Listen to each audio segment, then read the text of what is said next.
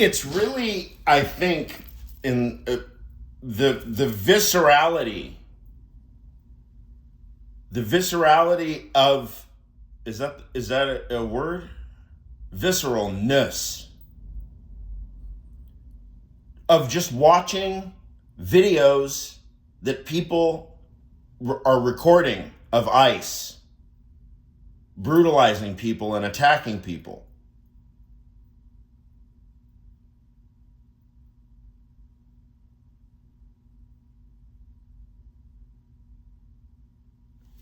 When I see these, not my glasses, but when I see these videos, I experience a line being drawn between reason and unreason.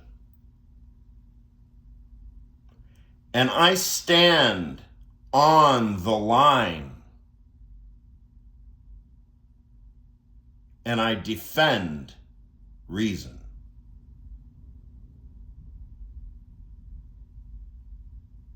And now I'm going to share with you the line. 2 examples.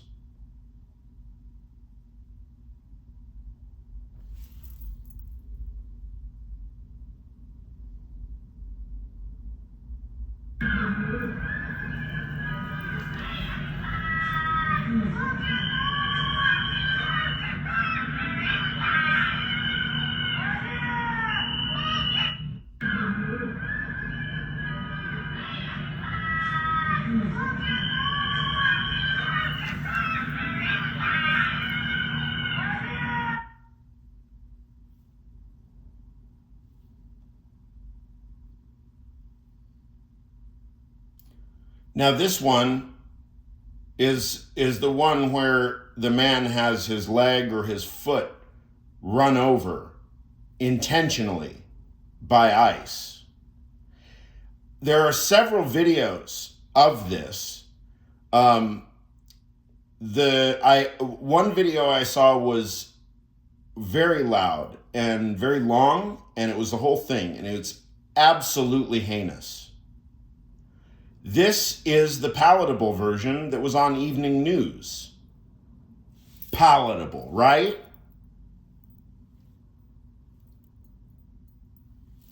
A Vancouver, Washington family is demanding justice after they say ICE agents ran over their loved one's foot while taking him into custody Thursday. All of it was caught on camera. They say the Department of Homeland Security hasn't given them any information other than the 27-year-old is now in a Washington medical facility. Frankie Thompson has a closer look. There's a new sign at a Vancouver intersection. The aftermath of what one family is calling an abuse of power. That's Vancouver, Washington. His documents or anything, they just immediately went, broke his window, got him out of the car, dragged him to the ground. Carmen Peniagua says that's not all. She believes ICE agents broke her brother-in-law Jose's foot while detaining him Thursday afternoon. This video shows an agent climbing into Jose's car. He drives forward just seconds later, appearing to run over the 27-year-old's foot with a back tire. They're hurting him. You can hear Jose screaming as the agents pick him up and put him in one of their cars. As soon as I knew that this happened, my body started shaking because I didn't know what to do. It was so emotional because he's like a brother to me. Peniagua did not specify when, but says Jose came to the U.S. through legal channels to provide for his elderly parents in Mexico, but overstayed. He's been in Vancouver about 5 years. He's a guy who his hobby is going to church and playing guitar. He wasn't doing anything bad. She says all they know is that he's at a detention center in Tacoma. They just said that we couldn't see him and that he was in a medical facility. Vancouver police are investigating the incident. We reached out to the Department of Homeland Security, but haven't heard back. I feel sad because he's my brother, so I'm just for saying. We want them to be accountable for what they did to him because no human should be treated worse than an animal. And that was Frankie Thompson reporting. The family said they were hoping to see Jose this week, but there's no word on if that happened. They also say they're trying to get in touch with a lawyer, but aren't sure if they will take any legal action.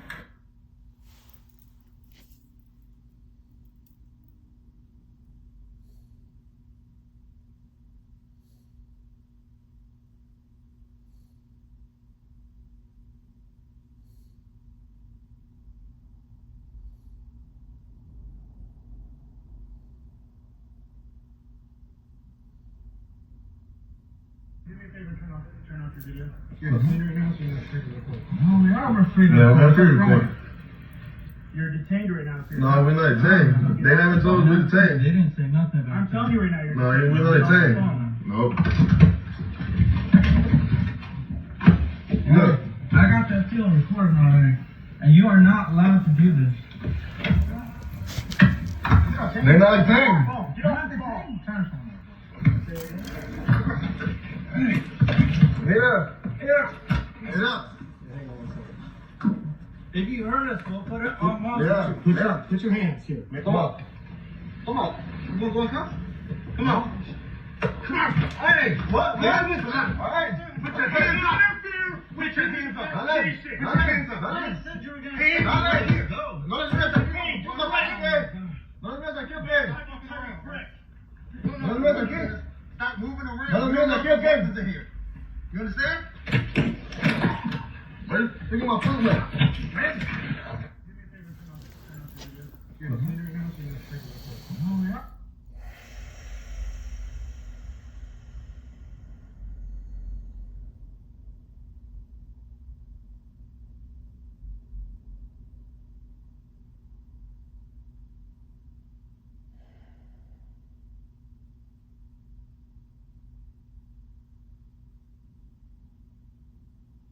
It's really brutal. It's beastly. You know, it's crazy.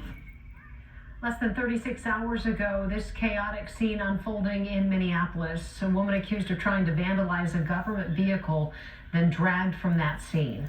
This happened near Carmel Mall. Tonight, ICE is pushing back, saying the protesters were out of control and threw rocks at them. Fox 9's Mike Manzoni spoke with a witness, and Mike, she told you that ICE is not telling, in her view, the whole story. And Randy and Kelsey, ICE is basically saying the same thing about the people calling them out, saying protesters attacked agents.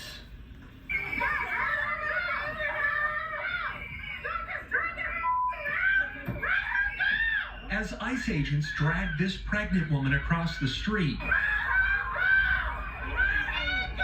Tanika Dorch watched and recorded. They chased her down to the corner and they took her, and they were really forceful and brutal with her. She's pregnant! She's pregnant! You don't see her stomach? Dorch and others shouted at agents to stop, but they didn't.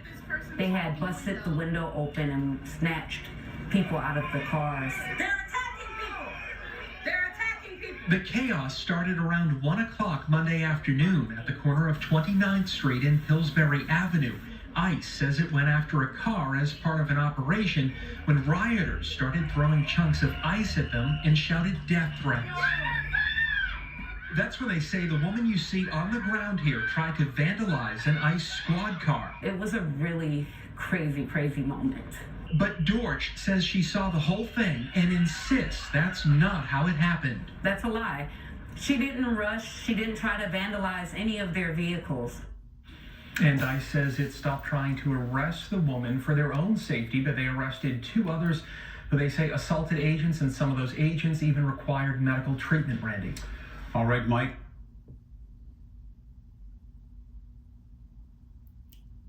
This is the grand finale. It's not a grand finale. I mean, there are endless of these. This one is particularly interesting to me because I haven't heard any discussion of it.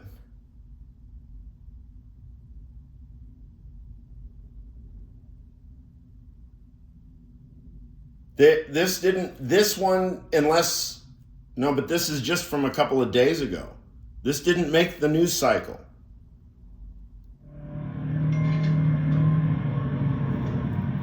Hold on. I think someone needs to call 2 days ago.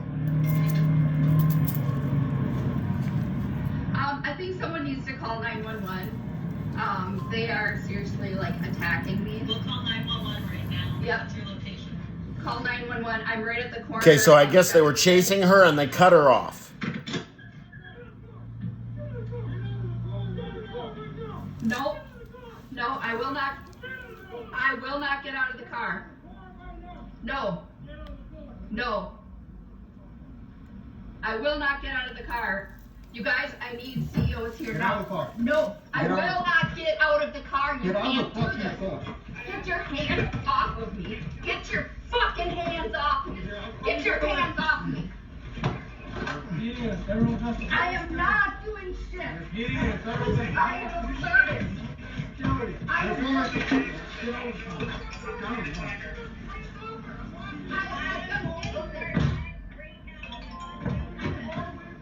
my constitutional right? I'm calling 911 right now. I am not. You cannot arrest me. I'm observing.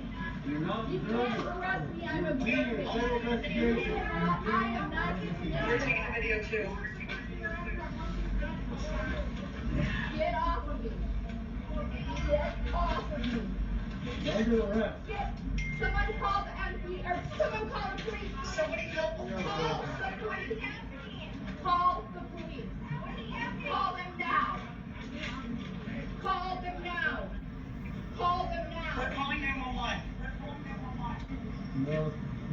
They're calling 911 right now.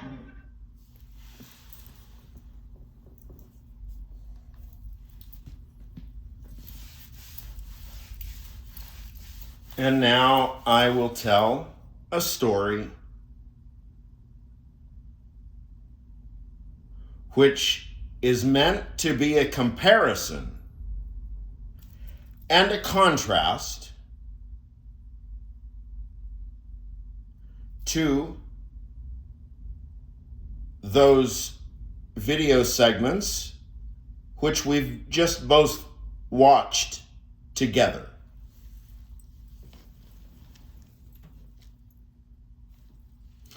Now, several hours ago, I went to buy weed. I live in Sunset Park by Industry City. And so there's several places that I go, but one place I go, particularly if it's late at night, there's a particular corner at Hamilton Parkway in Brooklyn by the MTA subway stop. I think it's the Hamilton Parkway stop.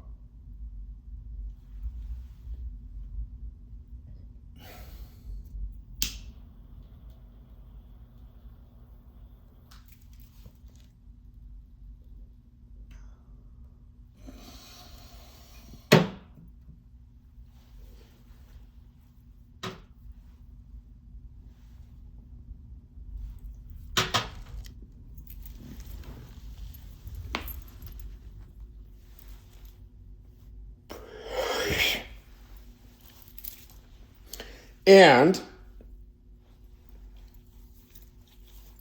and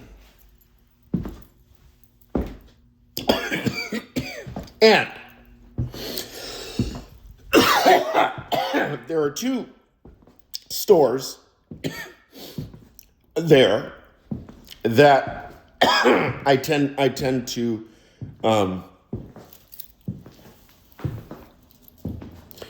be a customer at and patronize.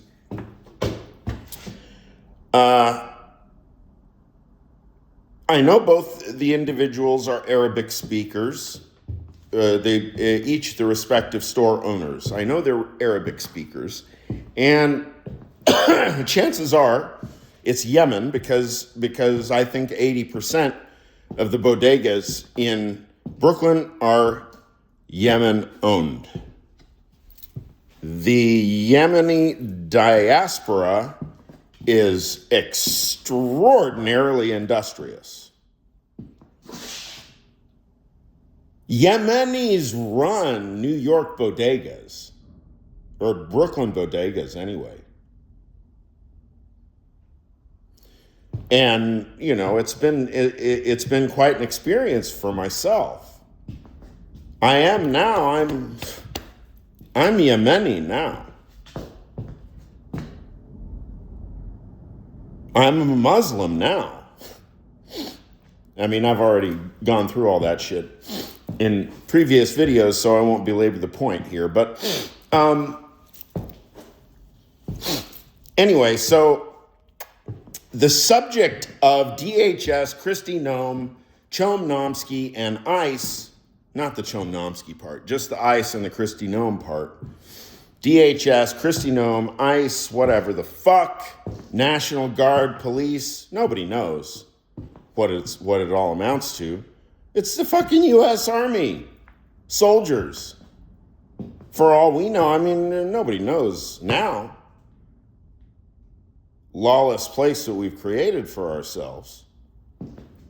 So, naturally, and I have learned a teeny tiny bit of Islamic manners, teeny tiny bit. For example, if I am to refer to the Prophet Muhammad, peace be upon him, you find parentheses in capital letters, P-B-U-H,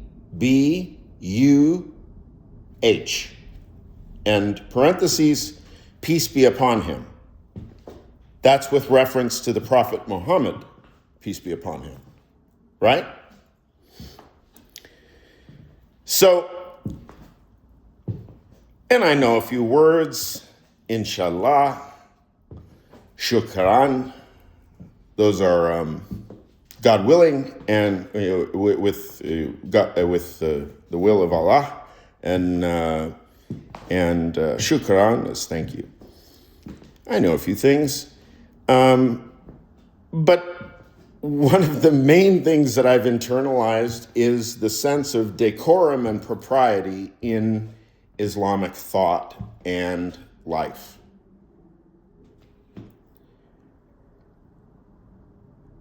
You mind your manners. When you are talking to a native Arabic speaker, all of the things that your mother taught you about polite behavior become fully operationalized. And it works marvelously. Oh, it communicates everything. It communicates everything.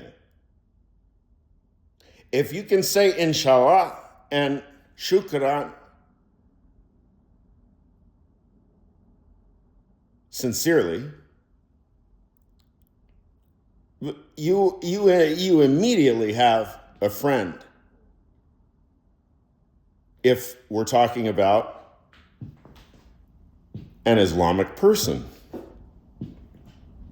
And I personally find all of this fantastically charming and fun.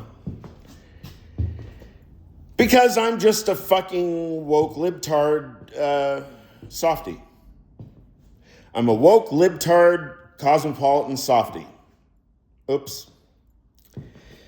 So,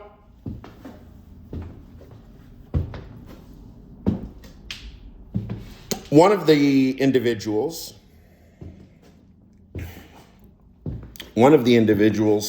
I went in, that's where I buy my weed. And after I had paid my bill, I kind of timidly, not so, I don't know how to ask about DHS, Kristi Noem, and ICE. So I think I just said that. Like, I think I may have even said, hey, I don't know how to ask about DHS, Kristi Noem, and ICE. But it's fucked up, right? And he and this is a very common look that I get, and I talk to very many Yemeni people and so on.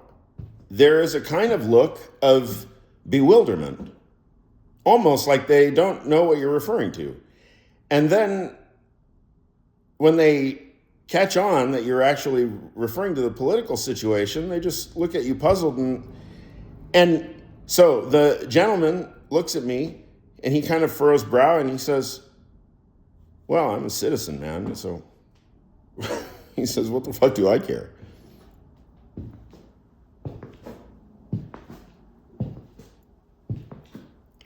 Very dark skin. Accent so heavy, I mean, the man has 50 words of English. Yeah, there's nothing to worry about. I'm a U.S. citizen, he says.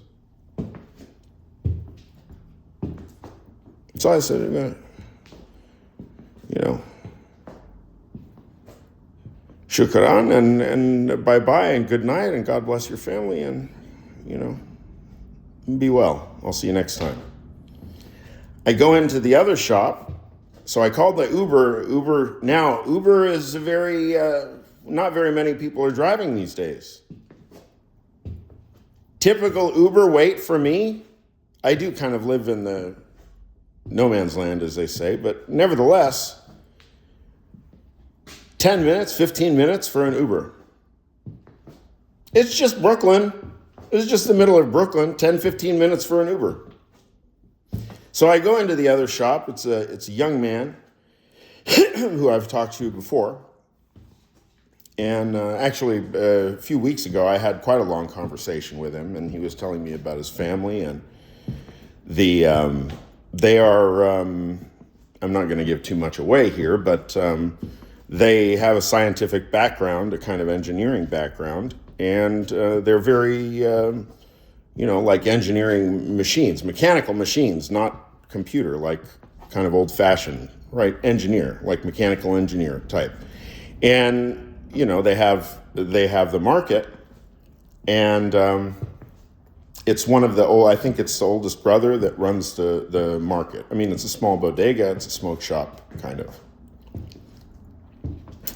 And so I was waiting for my Uber. I, bought my Gatorade and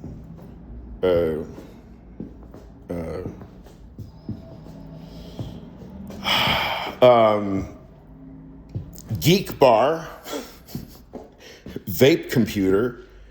It almost has like a full operating system on it. Like pretty soon it's going to be Apple Geek Bar, right? Like the phone has the vape pen like inside it. Anyway, so this was equally, if not more interesting. I asked after I paid my bill, I said to the man, something about shit's fucked up with ICE, right? And he just, again, almost the same exact look of bewilderment.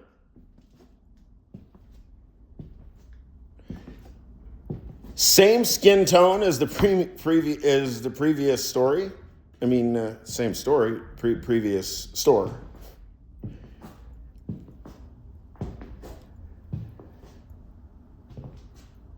Same number of words almost of English. No, he speaks quite good English, but he has a thick accent. And so I was talking about a Yemeni singer. I was mentioning to him about Yusuf al-Baji. And I said, because many stores are owned by Yemeni, I've discovered some of the music, which I quite like. And he just said, he says, oh, I don't listen to Arabic music. He said he just was perfectly oblivious. And so anyway, I said, is ICE coming around here, or like, it's messed up, right? And he's like, I was born here, man. And he has a thick accent, Arabic Yemeni accent. I was born here, man. So Again, what do I care? They may very well have said, both the men that I say. As though I'm talking about I may very well just be talking about a different country. It's just not going to affect them.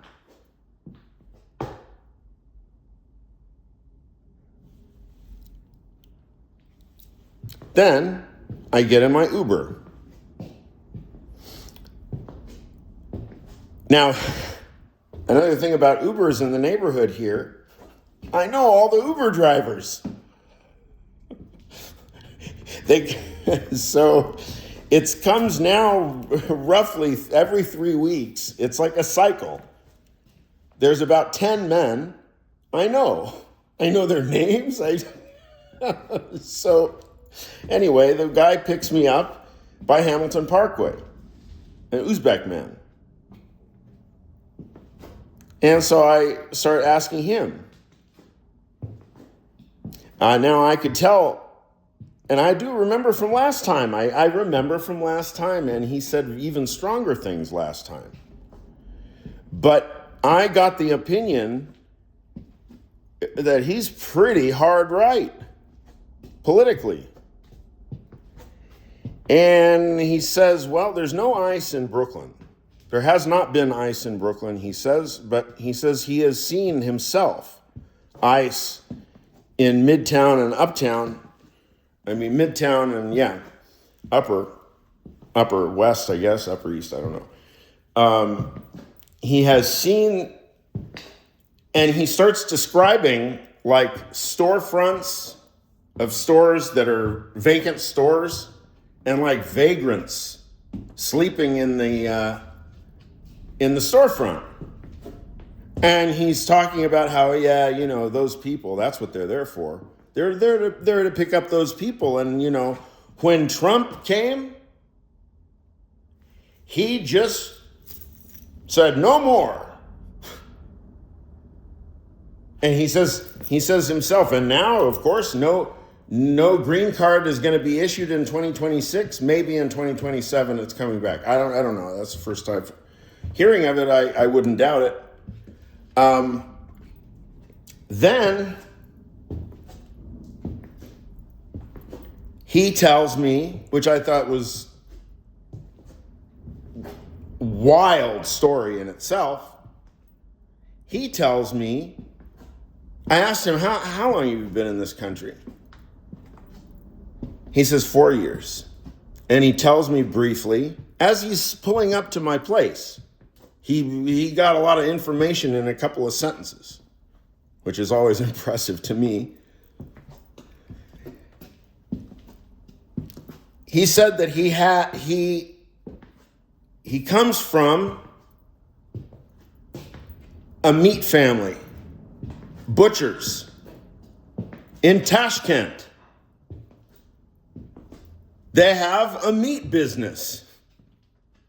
And he owned a butcher shop in Tashkent.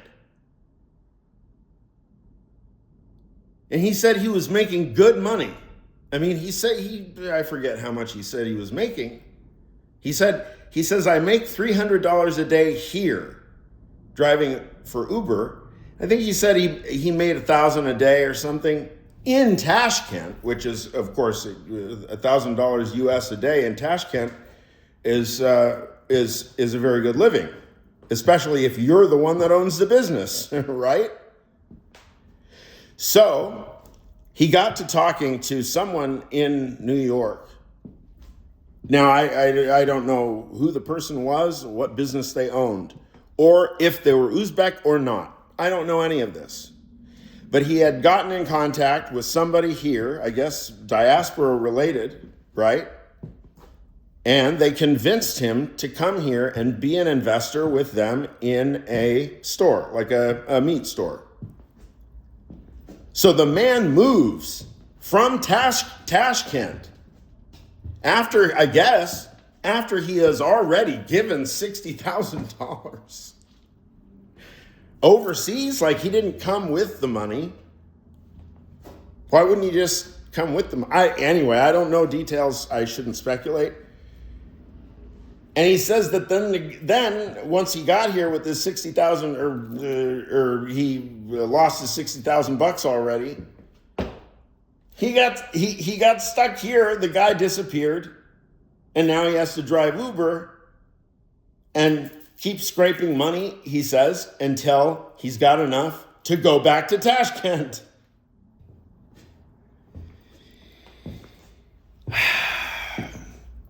So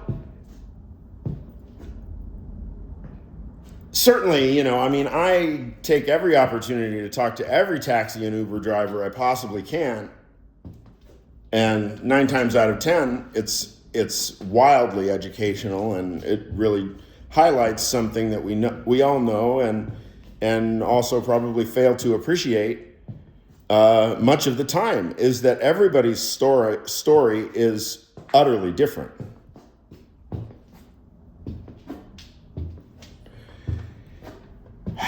And our stories, now this is going to sound like silly moralizing. And our stories, blah, blah, blah, blah, blah.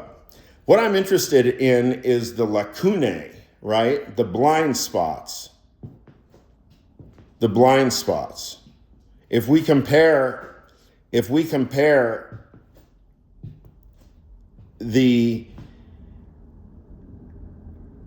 I think that the attack in St. Peter of the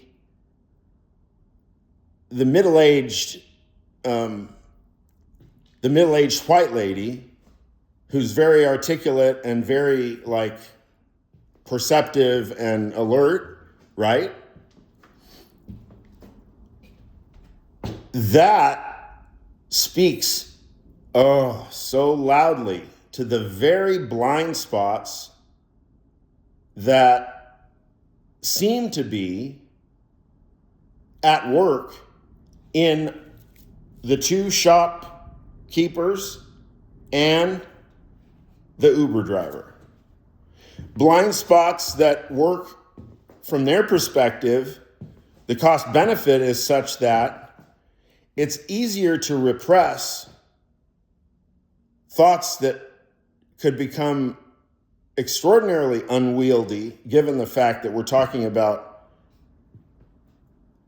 native Islamic people with heavy accents and dark skin. It's easier for them to repress the thoughts. In other words, of course they're acknowledging the thoughts are there. They're just not talking about them very much or indulging in them very much. But they know the thoughts are there, and they're very pesky because it just keeps coming at you. It's not unconscious. It's perfectly conscious, and in fact, it's hyperconscious. In fact, I'm going to retool Freud's utterly bunk technical term, the unconscious, and I'm going to provisionally rename it the hyperconscious. So there's 2 levels of consciousness. Hyper is even too dramatic. It's just reflective consciousness. Jesus Christ, Freud. Read a book, Freud. Reflective consciousness. There's first level, object level consciousness, and then there is consciousness of being conscious awareness of being aware of an object. The awareness of being aware of an object.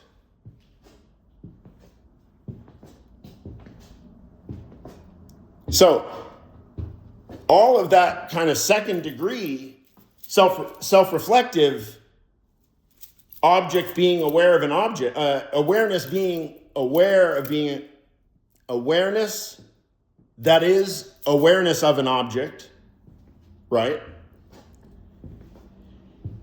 That is at the center, at the fucking Meinongian, Brentanoian, Bolzanoian, Husserlian core of self and thought. It's a hyper-conscious, reflective core of the individual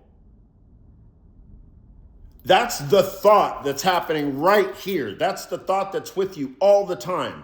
The thought that haunts you, your conscience. It's the superego and the id at once. Hyperconscious, not unconscious.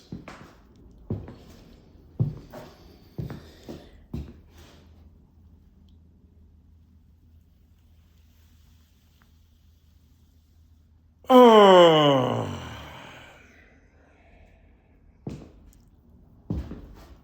The lacuna turns out to be the grounding pole, the grounding node of experience.